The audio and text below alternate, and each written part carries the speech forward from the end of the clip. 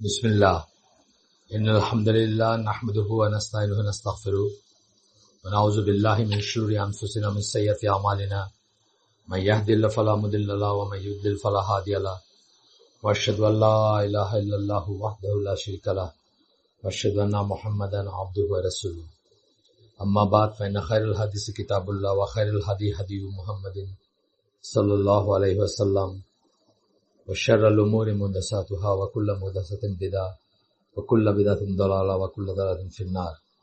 আসসালামু আলাইকুম ওয়া রাহমাতুল্লাহি ওয়া বারাকাতুহু। আমরা আজকের পর্বটা বেশ কয়েকদিন পরে করতেছি। মাঝখানে একটু ঝামেলা ছিল আমার, বা একটু ব্যস্ততা ছিল। রমাদানেও একটু ছিল, অবকাশ কম হয় রেকর্ডিং করার। যাই হোক, আমরা সুন্নাহর কর্তৃত্ব মর্যাদা, যেটা ইংলিশ বইটার অরিজিনাল ইংলিশ বইটার নাম হচ্ছে the authority and importance of সুন্নাহ, সেটা ধরে পড়তেছিলাম। ষষ্ঠ অধ্যায় আছে আমরা এখন। যে সুন্নাহ প্রত্যাখ্যান করে তার বেলায় বিধান, অর্থাৎ কেউ যদি অলটুগেদার সুন্নাহ প্রত্যাখ্যান করে তার বেলায় ইসলামের বিধান কি হবে বা আমাদের স্ট্যান্ড কি হবে, সেই নিয়ে কথা বলতে গিয়ে আমরা সেই নিয়ে কথা বলতে আমরা একটা পর্ব আগে ব্যয় করছি, বা একটা পর্বে কথা বলছি সেটা নিয়ে। এখন আমরা বাকিটুক যেটুক আগে বলছিলাম, কোরআনিক কিছু আয়াতের করছিল, সেগুলো শেষ করে সেগুলা পর থেকে আমরা শুরু করবো এখন, যেখান থেকে গতদিন শেষ করছিলাম তারপর থেকে। খুব সম্ভব এই আয়াতটাও গতদিন পড়ছিলাম আমরা। কাফিরগণ ছাড়া কেউ আমাদের নিদর্শনাবলী অস্বীকার করে না, সূরা আনকাবুত 29 নম্বর সূরা 47 নম্বর আয়াত। এখানে যেমন ধরা হচ্ছে যে সুন্নাহ অস্বীকারীরাও এই আওতায় পড়বে, কারণ আমরা এই বইয়ের শুরু থেকে নিয়ে এই পর্যন্ত এটা এস্টাবলিশ করছি যে সুন্নাহ বা হাদিসও হচ্ছে ওয়াহি ভিত্তিক জ্ঞান বা ওয়াহি ভিত্তিক ইনফরমেশন, এবং দুই ওয়াহির ভিতর পার্থক্য করা যাবে না বিশ্বাস করার ব্যাপারে অথবা আমল করার ব্যাপারে। কিন্তু আমরা বলছি যে একটা ওয়াহি মাতলু, একটা গায়ের মাতলু। কোরআন হচ্ছে ওয়াহি মাতলু, কোরআন তেলাওয়াত করলে সওয়াব আছে, প্রতিটি অক্ষরের জন্য আছে। হাদিসের বেলায় ব্যাপারটা সেরকম না, কিন্তু হাদিসও ওয়াহি বা সুন্নাহ ওয়াহির থেকে আসছে। আচ্ছা, এখন আমরা কিছু স্কলারদের বক্তব্য পড়ব যে সুন্নাহ প্রত্যাখ্যান করা বা যারা করে তাদের ব্যাপারে স্কলাররা কি বলেন।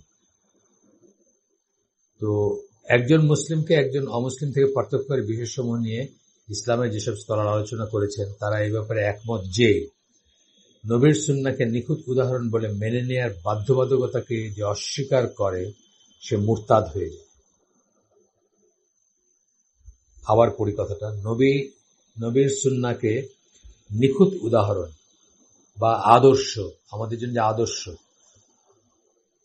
নিখুঁত উদাহরণ বলে মেনে নেওয়ার বাধ্যবাধকতাকে যে অস্বীকার করে সে মুরতাদ হয়ে যায়। তার কারণ হচ্ছে সূরা আহজাবের 21 নম্বর আয়াতে আল্লাহ বলতেছেন যে রসুলের ভিতর তাদের জন্য যারা আল্লাহ আখিরাতে আশা রাখে, রসুলের ভিতরে তাদের জন্য উত্তম আদর্শ রয়েছে বা উত্তম এক্সাম্পল আছে। তো যখন আল্লাহ এরকমভাবে কথা বলেন যে যারা আল্লাহ এবং আখিরাতে আশা রাখে অথবা যারা আল্লাহ আখিরাতে বিশ্বাস করে, তখন সেটা আসলে ঈমানের শর্ত হয়ে যায়। সেটাও একটা রিজন যে জন্য এইভাবে বলছেন আর কি। এখানে ইবন হাজম বলেন, ইবন হাজম একজন ফেমাস স্প্যানিশ মুসলিম সাম্রাজ্যের স্কলার বা স্প্যানিশ মুসলিমদের একজন বড় স্কলার ছিলেন। জাহেরি মতবাদের বিশ্বাসী ছিলেন উনি, অর্থাৎ যেটা লিটারাল মিনিং সেটাই, যে কোনো একটা নস বা টেক্সটের লিটারাল মিনিং সেটাই নেওয়ার পক্ষে তার মত ছিল। উনি পলিম্যাথ ছিলেন। পলিম্যাথ মানে হচ্ছে যারা বহু বিষয়ের উপরে একাধারে একসময় পারদর্শী, অর্থাৎ খুব ডাইভার্স বিষয়। ধরেন একজন ম্যাথমেটিক্সের উপরে পণ্ডিত, আবার ইতিহাসে সে খুব ভালো, বা স্ট্যাটিস্টিক্সে সে খুব ভালো, বা আরো ডাইভার্স, অনেক ডাইভার্স ব্যাপারগুলোতে। তো সেই রকম মানুষকে পলিম্যাথ বলা হয়। তো ইবন হাজম একজন পলিম্যাথ ছিলেন। একজন ব্যক্তি যদি বলে আমরা কেবল কোরআনে যা পাই তাই অনুসরণ করি, তবে এই মুসলিম, মানে এই জাতির, অর্থাৎ মুসলিম জাতির কথা বলতেছেন, এই মুসলিম জাতির ইজমা মতে সে একজন কাফের হয়ে গেছে। দেখেন কত বড় কঠিন কথা, অথচ আমাদের চারপাশে আমরা তাদের জন্য দোয়া করি, আল্লাহ তাদেরকে হিদায়াত দেন। আব্দুর রহমান ইফতের তার একটা বই আছে, এখানে মালিম আস-সুন্নাহ আন-নাবাওয়িয়া, এই বইয়ের 32 নম্বর পৃষ্ঠা থেকে এই উদ্ধৃতিটা। এখানে বলতেছেন, আবার পড়ি আমি, একজন ব্যক্তি যদি বলে আমরা কেবল কোরআনে যা পাই তাই অনুসরণ করি, তবে এই মুসলিম জাতির ইজমা মতে সে একজন কাফির হয়ে গেছে, অর্থাৎ কোরআনের বাইরে আমি কিছু মানি না। বহু মানুষ জানতে বা অজান্তে আজকে কিন্তু এই ধরনের কথা বলে থাকে। আমার ধারণা যে তারা হয়তো এইসব ব্যাপারগুলো কোনোদিন ধর্তব্যের ভিতরে আনে নাই, বা এইসব ব্যাপারে তাদের জ্ঞান নাই, অথবা মানে কোন একটা ক্যাচ ফ্রেজ বা কোন একটা ট্র্যাপে পড়ে তারা এই মতবাদটা নিজের উপর নিয়ে নিছে। আর শওকানি হচ্ছেন 19 শতাব্দীতে মারা গেছেন উনি, 1800 সামথিং 34 বা এরকম কিছুতে মারা গেছেন যতদূর আমার মনে পড়ে। ইয়েমেনাইট স্কলার, ওনার কথা আলোচনা জামার স্কলারের কথা আসে। উনি জীবনের প্রথমে জায়েদি শিয়া ছিলেন, কিন্তু তারপরে উনি আলোচনা জামার একজন স্কলার ছিলেন এবং অনেক লেখালেখি আছে ওনার। উনি বলেন, সুন্নাহর অবস্থান এবং আইনের এক স্বনির্ভর উৎস হিসাবে এর মর্যাদা হচ্ছে এমন এক জ্ঞানের অংশ যা প্রত্যেক মুসলিমেরই জানা রয়েছে। মুসলিম হইলে তার এতে জানা উচিত বা জানা থাকার কথা যে সুন্নাহ মর্যাদা কতটুকু, অবস্থান কি, এবং এটা আইনের একটা স্বনির্ভর উৎস, অর্থাৎ আদার দেন কোরআনও সে নিজেও, মানে সুন্নাহ নিজেও একটা, এটা আমরা এস্টাবলিশ করছি আগে, সুন্নাহ নিজেই একটা ইন্ডিপেন্ডেন্ট সোর্স অফ লেজিসলেশন বা আইনের একটা উৎস।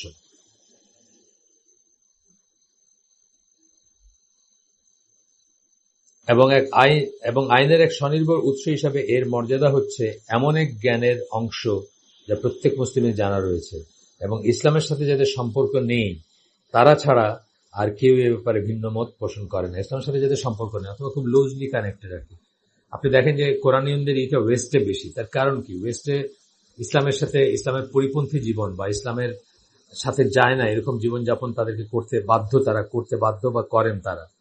যেখানে গভীরভাবে পড়াশোনা করা বা করার কোনো স্কোপ নাই অথবা অবকাশ নাই অথবা ইচ্ছাও থাকে না তাদের, তখন তারা কি মানে শুধু কোরআন মানলে জীবনটাকে খুব সহজভাবে পালন করা, মানে জীবনযাপন করা যায় এবং নিজেকে মুসলিমও ক্লেম করা যায়। এটাও কিন্তু একটা ইম্পেটাস, শুধু কোরআন অনলি যারা, তাদের একটা চালিকা শক্তি এটা। এরপরে বলতেছেন, যে ব্যক্তি সুন্নাহ প্রত্যাখ্যান করে এবং কেবল কোরআন অনুযায়ী জীবনযাপন করে তার ব্যাপারে শায়েখ আল দাওসেরিকে জিজ্ঞাসা করা হয়েছিল। তিনি বলেন, এগুলো সব বইয়ের আছে, হয়তো আপনি সব বইগুলো আপনার কাছে না জানা থাকতে পারে বা আপনাদের কাছে রিলেভেন্ট নাও হইতে পারে, এই জন্য আমি সব বইয়ের করতেছি না। যেমন এর আগের উদ্ধৃতি যেটা শওকানির, সেটা হচ্ছে ইরশাদ আল ফাহুল একটা বই, তার 33 পৃষ্ঠা থেকে উদ্ধৃতিটা দিচ্ছেন শওকানির একটা বই থেকে।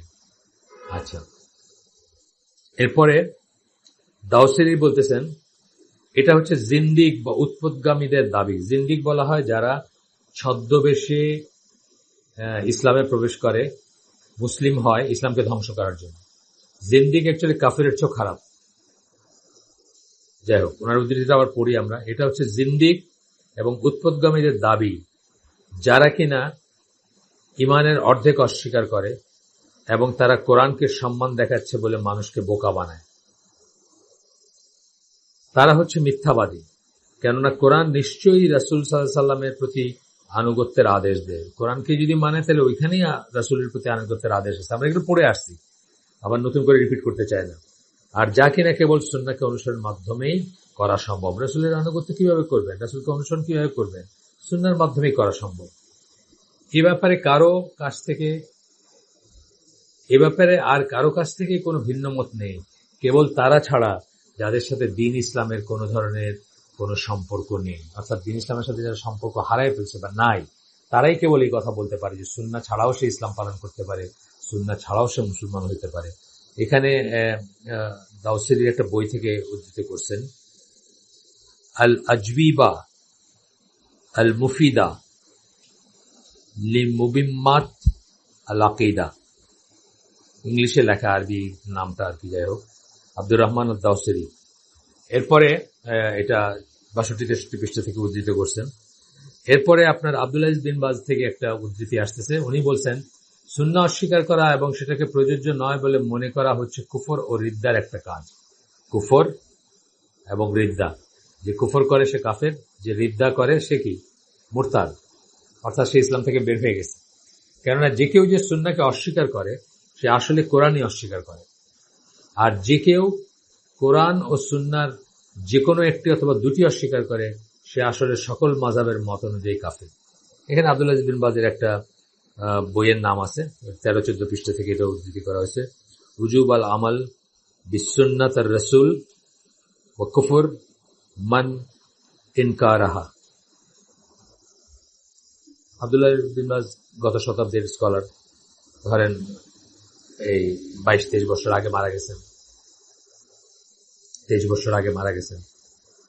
এরপরে সুয়ুতি, ওনার একটা উদ্ধৃতি আসতেছে, নবী সাল্লাল্লাহু আলাইহি সাল্লামের হাদিস যা তার কোনো একটি কথা বা কাজের বর্ণনা এবং যা সহিহ বা শর্ত পূরণ করে সেটাকে দলিল বলে গ্রহণ করতে যে অস্বীকার করে, তোমাদের জানা উচিত এবং আল্লাহ তোমাদের সকলের উপর রহম করুন যে সে একজন কাফির হয়ে গেছে এবং কিয়ামতের দিন তাকে ইহুদি ও খ্রিস্টানদের সাথে অথবা আল্লাহ তাকে অন্য যে দলের সাথে ইচ্ছা করেন সেই দলের সাথে একত্রিত করবেন।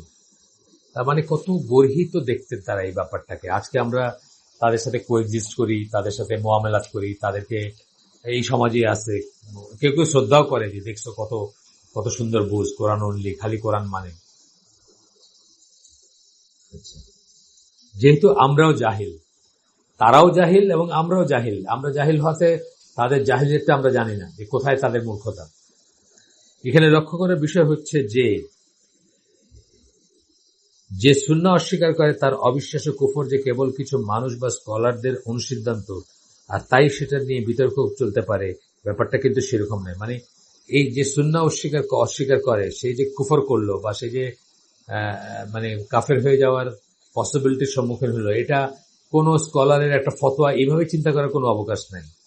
অথবা ব্যাপারটা কিন্তু এমনও নয় যে তা কেবলই স্কলারদের ইজমা, শুধু যে স্কলারদের ইজমা, স্কলাররা বলছেন, কেউ কেউ মনে করছেন বা স্কলাররা একমত হয়েছেন এই ব্যাপার উপরে, এরকম কোনো ব্যাপার না। যা হলে অবশ্য সেটার বিরোধিতা করা আরো কঠিন হতো।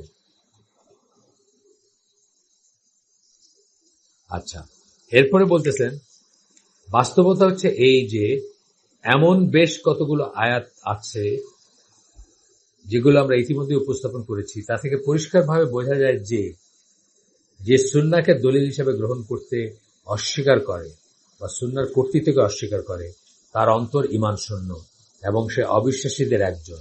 বিশেষভাবে যে কারো উচিত পূর্বে আলোচিত নিম্নলিখিত আয়াতগুলো খেয়াল করে দেখা। আমরা আগে বলছি এগুলা, আগে আমরা এগুলাই করছি, আলোচনা করছি, কিন্তু আবার এখানে যেহেতু একটা মানে যারা সুন্নাহ অস্বীকার করেন তাদের বেলায় বিধান বা তাদের ব্যাপারে আমরা কি মনে করব, তাদেরকে কিভাবে ট্রিট করব, তাদেরকে কতটুকু মুআমালাত মানে করব, তাদের সাথে গিভ অ্যান্ড টেক থাকবে আমাদের, সেসব কিন্তু ইম্পর্টেন্ট জিনিস। কারণ ওয়েস্ট অফ টাইম হয় বা নিজেদের বিপদগামী হওয়ার একটা পসিবিলিটি থাকে, বা বিশেষ করে যারা আমাদের ইয়াং এবং যারা দিনের ব্যাপারে একেবারে নতুন বা দিনের পথে নতুন চলতে শুরু করছে, তাদের জন্য বেশি আরো এই সাবধান বাণীটা বা এই সাবধানতাটা অবলম্বন করা উচিত যে তারা যেন কোরআনের ফালাসিয়াসিসের খপ্পরে না পড়েন। আসেন আমরা আয়াতগুলো দেখি। প্রথম আয়াতটা হচ্ছে সূরা নিসার 65 নম্বর আয়াত। আল্লাহ বলতেছেন, কিন্তু না, তোমার রবের কসম বা শপথ, তারা ততক্ষণ পর্যন্ত সত্যিকার বিশ্বাস করে না। আল্লাহই বলে দিচ্ছে যে তারা ততক্ষণ পর্যন্ত সত্যিকার অর্থে বিশ্বাসী না যতক্ষণ পর্যন্ত তারা তাদের বিচার ফয়সালার ভার তোমার উপর ন্যস্ত করে না। অর্থাৎ যা কিছু ঠিক, কোনটা অঠিক, কে শুদ্ধ কে ভুল ইত্যাদির ভার রাসূলের উপর জীবদ্দশায় ন্যস্ত করা এবং তার মৃত্যুর পরে তার সুন্নার কাছে ন্যস্ত করা বোঝাবে এখানে। এবং তুমি যা ফয়সালা দাও, অর্থাৎ সুন্না যে ফয়সালা দেয় বা সুন্না যেটাকে ঠিক বলে অথবা সেটাকে ভুল বলে, সে ব্যাপারে মনে কোনো অসন্তোষ বোধ করে না, সে ব্যাপারে মনে কোনো গ্রাম্বলিং থাকবে না। ফর এক্সাম্পল, আমি এমন একটা এনভায়রনমেন্টে থাকি যেখানে মেয়েদের সাথে হাত মেলানোটা নেসেসিটি হয়ে দাঁড়ায় আমার জন্য। যদিও নেসেসিটি কোনো মুসলমান যে হবে না সেটা অন্য কথা, কিন্তু সামাজিকতাটা এমন। আমি ইউরোপে কাজ করি, আমার বস হচ্ছে মেয়ে, সে অফিসে এসে যেন হাত বাড়াই দিয়েছে, আমি কি করে তাকে রিজেক্ট করি? এই একটা সিচুয়েশন আমি সবসময় বলি আর কি। এখন আমি দেখি যে সুন্নাহ নিষেধ করে যে আমি কোনো মেয়েকে টাচ করতে পারি না, বেগানা কোনো মেয়েকে টাচ করতে পারি না। বা আমরা জানি আয়েশা রাদিয়াল্লাহু আনহার বর্ণনা আসছে যে আল্লাহ রাসূল কোনোদিন কোনো মেয়েকে টাচ করেন নাই, মানে গায়ের মাহরাম মেয়েকে টাচ করে বায়াত নেন নাই, কখনোই কারো হাতে হাত রেখে বায়াত নিতেন না, বা বায়াত তার হাতে হাত রেখে কেউ বায়াত নিতেন না মেয়েদের, তারা ইনডিরেক্টলি নিতেন বা অন্যভাবে নিতেন। তো এই যে ব্যাপারটা ধরেন, এটা আপনি সুন্নাত থেকে পাইতেছেন। কোরআনে কিন্তু এটার ব্যাপারে স্পষ্ট নিষেধ নাই বা স্পষ্ট ডিসকারেজ করা হয় নাই স্পষ্ট ভাষায়, যদিও আছে কোরআনে অন্যভাবে আছে। তো এখন আপনার জন্য খুব সুবিধা হয় আপনি যে সুন্নাহ না মানেন। তো এখানে বলতেছেন যে সুন্নাহ যে ফয়সালা দিল, জীবদ্দশার রাসূল যে ফয়সালা দিলেন, আর তার মৃত্যুর পরে হাদিস বা সুন্নাহ থেকে আমরা যে ফয়সালা পাইলাম, সে ব্যাপারে মনে কোনো অসন্তোষ বোধ করে না, কোন রকম গ্রাম্বলিং যেন না থাকে যে ইস এটার জন্য আমার কত অসুবিধা হচ্ছে, আমি ইউরোপে চাকরি করতে গেলে আমাকে অপদস্থ হইতে হয়, এটা যদি না থাকতো কত ভালো, মানে এই ধরনের ব্যাপারগুলো। এবং পূর্ণ আত্মসমর্পণ করে। তাহলে আল্লাহ বলতেছেন কি, যদি আমি পূর্ণ আত্মসমর্পণ না করতে পারি, সুন্নাহ যা বলে সেটাকে সঠিক মনে না করতে পারি, সেটাকে শিরোধার্য মনে না করতে পারি, তাহলে কি আমি ততক্ষণ পর্যন্ত সত্যিকার বিশ্বাসী না। সূরা নিসা 65 নম্বর আয়াত। এরপরে সূরা নিসা আবার 61 নম্বর আয়াত কোট করতেছেন, যেখানে আল্লাহ বলতেছেন, যখন তাদেরকে বলা হয় আল্লাহ যা নাজিল করেছেন তার কাছে আসো এবং রাসূলের কাছে আসো। আল্লাহ যা নাজিল করেছেন কি? কোরআন। এবং রাসূলের কাছে আসো মানে কি? ওইটাও আল্লাহ নাজিল করছেন সুন্নাহ বা রাসূল এবং কোরআন ডুয়েল সোর্স অফ শরিয়া। এই কথাটা সবসময় মনে রাখবো আমরা। তুমি যখন মুনাফিকদের বিরক্তভাবে তোমার দিক থেকে পিঠ ফিরিয়ে নিতে দেখো, তখন তারা কি করে? আল্লাহ বা আল্লাহ রসুলের বিচার বা জাজমেন্টটা তারা পছন্দ করে না, তারা মুখ ফিরে নেয়। আচ্ছা, এরপরে আসতেছে সূরা আলে ইমরান, এটার 31-32 নম্বর আয়াত খুব ইম্পর্টেন্ট। এখানে শুধু 32 নম্বরটাই করছেন। তার আগে বলছে যদি আল্লাহকে ভালোবাসো তাহলে রসুলের অনুসরণ করো বা রসুলের আনুগত্য করো। সূরা আলে ইমরান 31 নম্বর আয়াতে বলছেন। এবং তারপরে আরো আছে, মানে একটু আংশিক বললাম। 32 নম্বর আয়াতে বলছে বলো, 32 নম্বর আয়াতে আগে প্রথমটা বলছেন, 31 নম্বর বলছেন যদি আল্লাহকে ভালোবাসো তাহলে রাসূলের আনুগত্য করো বা রাসূলের অনুসরণ করো। আর 32 নম্বর আয়াতে বলতেছেন বলুন আল্লাহ ও রাসূলের আনুগত্য করো, আর তোমরা যদি মুখ ফিরিয়ে নাও তবে জেনে রাখো আল্লাহ কাফেরদেরকে ভালোবাসেন না। অর্থাৎ আল্লাহ এবং রাসূলের আনুগত্য একসাথে বলছেন, বলছেন যদি কেউ মুখ ফিরিয়ে নেয় তাহলে আল্লাহ কাফেরদেরকে ভালোবাসেন না। অর্থাৎ আল্লাহ এবং রাসূল, আল্লাহর আনুগত্য এবং রাসূলের আনুগত্য দুইটাই করতে হবে। যে একটা বা দুইটাই অস্বীকার করে বা করে না, তার ব্যাপারে আল্লাহ কি বলতেছেন? আল্লাহ কাফেরদেরকে ভালোবাসেন, অর্থাৎ তারা কাফের। আচ্ছা, এরপরে বাস্তবে গোটা সুন্নাহকে অস্বীকার করার মাঝেই এই কুফর বা অবিশ্বাস সীমাবদ্ধ নয়।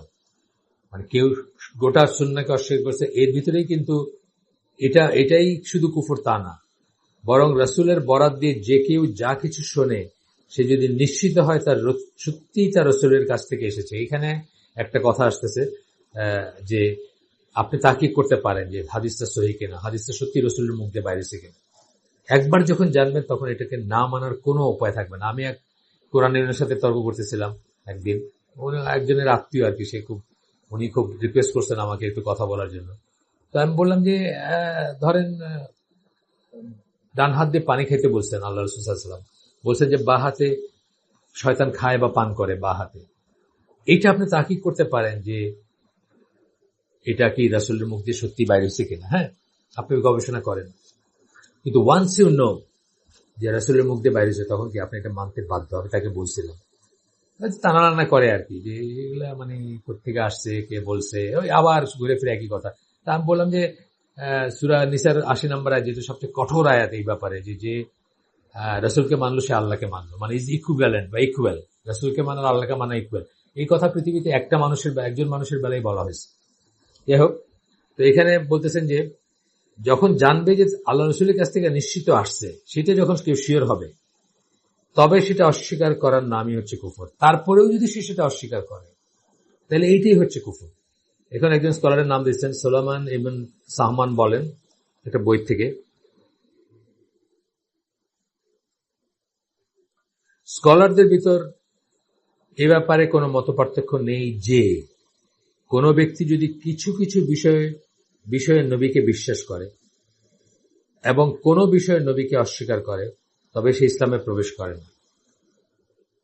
কিছু কিছু বিষয় আমরা এমনি কোরআনে জানি যে কোরআনে খানিকটা মানো খানিকটা মানো না, এই ধরনের ওয়ার্নিং আছে বা এই ধরনের কথা আছে, কিন্তু রাসূলের ব্যাপারে কিন্তু কিছু কিছু ব্যাপারে আপনি বললেন হ্যাঁ রাসূল ঠিকই বলছেন, আমি এটা বিশ্বাস করি, আর কিছু বলেন এরকম কথা আমি এটা ঠিক মনে করি না বা আমি এটা সঠিক মনে করি না, তবে সে ইসলামে প্রবেশ করে না। তবে সে হচ্ছে তার মতো বা ওই ব্যক্তির মতো যে কোনো ফরজ কাজ অস্বীকার করে, কোন একটা ফরজ কাজ অস্বীকার করে, যেমন কেউ মুসলমান হতে পারে না, সেরকম ব্যাপার। ইবন বাত্তা বলেন রাসূল সাল্লাল্লাহু আলাইহি ওয়াসাল্লাম যা নিয়ে এসেছেন, কোন ব্যক্তি যদি তার একটি ছাড়া সবকিছুতে বিশ্বাস করে এবং সেই একটিকে প্রত্যাখ্যান করে, তবে সে সকল স্কলারের মতো নিয়ে একজন কাফের। যা নিয়ে আসছেন রাসূল সাল্লাল্লাহু আলাইহি ওয়াসাল্লাম, আপনি বলেন যে আমি সবকিছু মানি কিন্তু এইটা মানি না, এটা ঠিক বলেন না রাসূল সাল্লাল্লাহু আলাইহি ওয়াসাল্লাম। এই ধরেন ফিতরার কথাটা, ফিতরা রাসূল সাল্লাল্লাহু আলাইহি ওয়াসাল্লামের কথা না, ফিতরা যাকাতুল ফিতর যেটা, সেটা তো কোরআনে নাই। আপনি বললেন যে আমি রাসূলের কথা সবই মানি, তবে এটা তো কোরআনেও নাই, আর এইটা আমি মানি না, বা এটা আমি সত্যি মনে করি না বা ঠিক মনে করি, তবে সে সকল স্কলারের মত অনুযায়ী একজন কাফের। তাই দেখেন, এরপরে বলতেছেন যে উপরন্তু নবী কোন বক্তব্য সে বিশ্বাস করতে চায়, কোন বক্তব্য সে বিশ্বাস করতে চায় না, এ ব্যাপারে নিজস্ব খেয়াল খুশির কোন স্বাধীনতা তার নেই। মানে আমি এইটুকু বিশ্বাস করবো, এইটুকু বিশ্বাস, সুবিধা মতো বিশ্বাস করবো, সুবিধা মতো, মানে আছে না অনেক মানুষ অনেক রকম টুইস্ট করে, মানুষ যেটা তার অসুবিধা সেটা সে স্বীকার করতে চায় না, বিশ্বাস করতে চায় না বা মনে করতে চায় না, বা সেটাকে অস্বীকার করে বা পাশ কাটায় যায়, বা বলে যে এটা হয়তো এরকম বলছেন বা এটা হয়তো এরকম বলছেন, ব্যাখ্যা দেওয়ার চেষ্টা করে বা ই করে। নবী সাল্লাল্লাহু আলাইহি ওয়াসাল্লামের উপর যে কারো বিশ্বাস এই দাবি রাখে যে সে নবীর বলা সবকিছুকে বিশ্বাস করবে, অফকোর্স টোটাল একটা প্যাকেজ, সবকিছুকে বিশ্বাস করবে। কোরআনের ব্যাপারে তাই, কোরআনের একটা আয়াতকেও যদি কেউ অবিশ্বাস করে, তাহলে তো সে আর মুসলিম থাকবে না। আমরা যে আলোচনা করছি তা যেন কেউ ভুল না বোঝে এবং তার যেন অপপ্রয়োগ না করে, সেজন্য 3টি বিষয় উল্লেখ করা রয়েছে। সেটা যেন ভুল না বোঝে বা একটা ভুলের ভিতর যেন না চলে যায়, সেই জন্য বলতেছেন যে আমরা 3টা ব্যাপারে আলোচনা করতে চাই বা হাইলাইট করতে চাই। প্রথমত, একটা হাদিস সহিহ কিনা সেই ব্যাপারে সন্দেহ পোষণ করা এবং একটা হাদিসকে সহিহ জেনেও তার বক্তব্যের সত্যতাকে অস্বীকার করার ভিতর তফাৎ রয়েছে। কথাটা খেয়াল করেন, একটা হাদিস সহিহ কিনা এই ব্যাপারে সন্দেহ পোষণ করা, ধরেন আপনি হাদিসটা কোনোদিন শুনেন নাই, কেউ বলল, চট করে হয়তো আপনি এটা মেনে নেবেন না, আপনি বরং তাহকিক করার চেষ্টা করবেন, খোঁজ করার চেষ্টা করবেন, পড়ার চেষ্টা করবেন, জানার চেষ্টা করবেন যে হাদিসটা কি সহিহ আসলে। কিন্তু আমার হয়েছে, মানে এই কয়দিন আগেও কি একটা হাদিস আমি কোনোদিন শুনি নাই, ফার্স্ট টাইম শুনলাম, কিন্তু হাদিসটা সহিহ হইতেই পারে। কিন্তু সহিহ জানার পরেও যখন জানলেন যে সহিহ, তার বক্তব্যের সত্যতাকে অস্বীকার করার ভিতর তফাৎ রয়েছে, সেটা কিন্তু আলাদা জিনিস।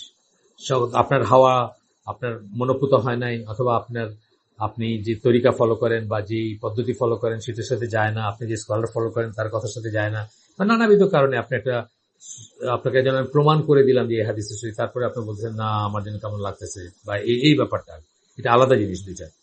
উপরে বর্ণিত দ্বিতীয় ব্যাপারটা হচ্ছে অনেকটা এইরকম যে কেউ বলছে আমি জানি নবী বলেছেন, কিন্তু আমি তা বিশ্বাসযোগ্য মনে করি না, অর্থাৎ আমি তা ঠিক মনে করি না। এটা তো আসলে একটা অন্যরকম পর্যায়ে। এটাই হচ্ছে সালমান ও ইবন বাত্তার মত, স্কলাররা যেটাকে অবিশ্বাস বলে বর্ণনা করেছেন।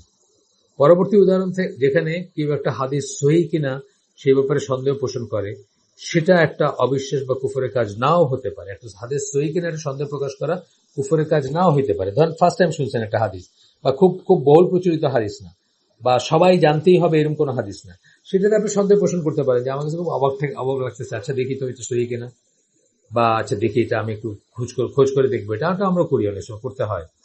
সেটা একটা অবিশ্বাস বা কুফরের কাজ নাও হতে পারে। অবশ্যই তা নির্ভর করবে ওই হাদিসটি কতটুকু প্রতিষ্ঠিত ও সর্বজন বিদিত তার উপর, কতটুকু প্রতিষ্ঠিত তার উপর। যেমন খুব সিম্পল জিনিস, এই যে বা হাতে খাইতে নিষেধ করা, পান করতে নিষেধ করা, এটা খুবই প্রতিষ্ঠিত একটা হাদিস। তো এটা আপনি বললেন যে না আমি এটা মানি না, বা এটা একটু আলাদা একটা জিনিস। যাই হোক, হাদিস সহি কিনা সেটা বাছ বিচার করা হচ্ছে হাদিস বিশেষজ্ঞদের কাজ। আবার হাদিস সহি কিনা সেটা কিন্তু আমরা চাইলেই বাছ বিচার করতে পারবো না। আলেম বা বিশেষজ্ঞ নন এমন একজন মানুষ নিজের থেকে হাদিসের বাছ বিচার করার স্বাধীনতা নেই। আমরা আলেম না, বা আমরা যদি ব্যাপারের উপর জ্ঞান না থাকে, পড়াশোনা না থাকে, তাহলে আমরা এটা সরাসরি পারবো না। তখন আমরা কি করবো, আমরা হয়তো যাব আলবানি সহি বলছেন কিনা, বা আরো কোন স্কলার সহি বলছেন কিনা, বা আমরা ওইভাবে খোঁজ করবো, কিন্তু নিজে তো আর ওইটাকে করতে পারবো না। সনদ বিচার করে, মতন বিচার করে আমরা ওইটা সহি কিনা এটা। দ্বিতীয়ত এরপর বলছেন, সেকেন্ড ব্যাপারটা হচ্ছে, কোরআনে সুপ্রতিষ্ঠিত হওয়া সত্ত্বেও সুন্নাহ সম্বন্ধে কারো অজ্ঞতা ক্ষমা করা যেতে পারে, যেমনটা একজন নতুন ধর্মান্তরিত ব্যক্তির বেলায় করতে পারে। কোরআনে যদিও সুন্নাহর কথা একেবারে মানে অকাট্যভাবে সুন্নাহর এস্টাবলিশ করা হয়েছে, সুন্নাহর মর্যাদা বা সুন্নাহর কর্তৃত্ব বা সুন্নাহর অথরিটি, কিন্তু তারপরে একজন মুসলিম অথবা যে জাহিল, যে পড়াশোনা করে নাই, যেমন আমরা নিজেরাও ধরেন, আমরা কোরআন হয়তো একসময় শুধু তেলাওয়াত করছি, তারপরে ওয়ার্ড ফর ওয়ার্ড বা যখন অর্থ সহকারে পড়ার চেষ্টা করি, তখন হয়তো গভীরভাবে চিন্তা করি না কি বলা হচ্ছে এখানে। তারপরে কোন স্কলার চোখে আঙুল দিয়ে যখন দেখেছে, তখন বুঝছে আরে ব্যাপারটা তো এরকম হইতে পারে। যেমনটা একজন নতুন ধর্মান্তরিত ব্যক্তির বেলায় ঘটতে পারে, যে কোরআনের দলিল প্রমাণের সংস্পর্শে আসেনি, অথবা সে কেবল ওই ধরনের লোকের সংস্পর্শে এসেছে যারা সুন্নাহ অস্বীকার করে। এক হলো যে কোরআনের দলিল বা ইসের সংস্পর্শে আসে নাই, এটাকে কিভাবে ব্যাখ্যা করা হয় বা কিভাবে জানতে হবে বুঝতে হবে সেটা জানে না সে, অথবা শুধুমাত্র কোরআনের সংস্পর্শে ছিল, যে অন্যটাই জানছে, এটা জানার কোনো স্কোপই পায়নি। একবার যখন তাকে প্রমাণ দেখানো হবে, কিন্তু তারপরে ধরেন তাকে প্রমাণ দেখানো হলো, তখন তার সেসব বিশ্বাস করা ছাড়া কোনো উপায় থাকবে না, তখন তাকে অবশ্যই সেটা বিশ্বাস করতে হবে। সবশেষে কাউকে কাফের ঘোষণা করা একটি অত্যন্ত গুরুত্বপূর্ণ ব্যাপার। কাউকে কাফের ঘোষণা করাটা খুব সিরিয়াস একটা ব্যাপার, ব্যাপারটাকে হালকাভাবে নেওয়া উচিত না। এটা আমরা অন্যান্য জায়গায় পড়ছি যে তাকফির আমাদের কাজ না, কথায় কথায় কাউকে কাফের, বা আমরা কাউকে কাফের বলে ব্র্যান্ড করব না। যতক্ষণ সে নিজেকে মুসলিম দাবি করে, আমরা তাকে মুসলিমই মনে করব, আনটিল এন্ড আনলেস কোন রাষ্ট্রযন্ত্র বা স্কলাররা যারা এরকম অথরিটি থাকেন বা কাজী তাকে কাফের ডিক্লেয়ার করেন, আমাদের এটা কাজ না, সোজা কথা। সুতরাং আমরা এখান থেকে তাকে শূন্য অস্বীকার করে, ঠিক আছে, আমরা তার জন্য শঙ্কিত হব যে সে বোধহয় কাফের হয়ে গেছে, বা সে হয়তো একজন কাফের, বা তার স্ট্যাটাসটা কি, নিজেদেরকেও হইলে তো অবশ্যই তাকে নিয়ে চিন্তিত হব, কিন্তু অ্যাট দ্য সেম টাইম তাকে আমরা ব্র্যান্ড করব না। এখানে আরেকটি বিষয় ভুললে চলবে না যে তওবার দরজা সবসময় খোলা রয়েছে। যে কেউ যে বিশ্বস্ততার সাথে, অনুশোচনার সাথে তওবা করে আল্লাহর দিকে ফিরে আসে, তওবা করে আল্লাহর দিকে ফিরে আসে, আল্লাহ সেটা খুবই পছন্দ করেন। বুঝতে হবে যে তওবার দরজা খোলা আছে। একবার যদি কেউ কোরআনের হয়েও থাকে, সুন্নাহ অস্বীকার করেও থাকে, তারপরেও কিন্তু সে তওবা করে আবার ইসলামে দাখিল হইতে পারে, বা আবার স্বাভাবিকভাবে সবার মতো একজন হইতে পারে। কেউ সুন্নাহ অস্বীকার করার পর্যায়ে অথবা নবীর কোন একটা সুনির্দিষ্ট হাদিস অস্বীকারের পর্যায়ে কেন পতিত হতে পারে, তার বহুবিধ কারণ সম্পর্কে একমাত্র আল্লাহই অবগত।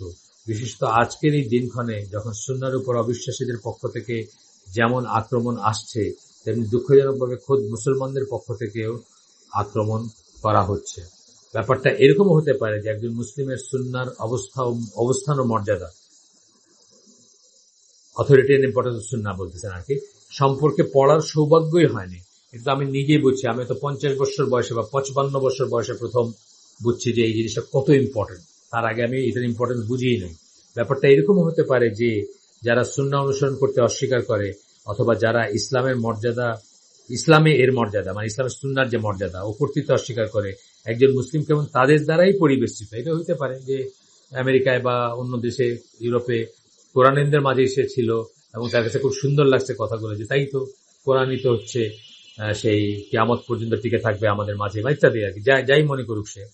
বাস্তবে ব্যাপারটা যাই হোক না কেন, আল্লাহর কাছে তওবা করা এবং সুন্নাহর সাথে লেগে থাকার সংকল্প, বিশ্বস্ত নিয়ত যে কারো অতীতের সমস্ত গুনাহ মুছে দিতে পারে। সে যদি সত্যি তওবা করে, সে যদি সত্যি সুন্নায় ফিরে আসে, সুন্নার সাথে লেগে থাকে, তাহলে তার অতীতের সব গুনাহ বা ভুল বা ভ্রান্তি বা দোষ সব মুছে দিতে পারে তওবা যদি করে সিনসিয়ারলি, এবং আল্লাহর সন্তুষ্টি অর্জন করার ও জান্নাতে প্রবেশ করার সৌভাগ্য এনে দিতে পারে। সে হয়তো আল্লাহর সন্তুষ্টি অর্জন করলো এবং জান্নাতে প্রবেশ করলো, অফকোর্স তাকে তওবা করতে হবে জীবদ্দশায়। তো আমরা আজকের মতো এই আয়োজন শেষ করে দিই, কারণ এরপরের যেটুকু আছে সেটুকুতে গেলে আবার বেশি বড় হয়ে যাবে। সুবহানাকা আল্লাহুম্মা ওয়া বিহামদিকা আশহাদু আল্লা ইলাহা ইল্লা আনতা আস্তাগফিরুকা ওয়া আতুবু ইলাইক।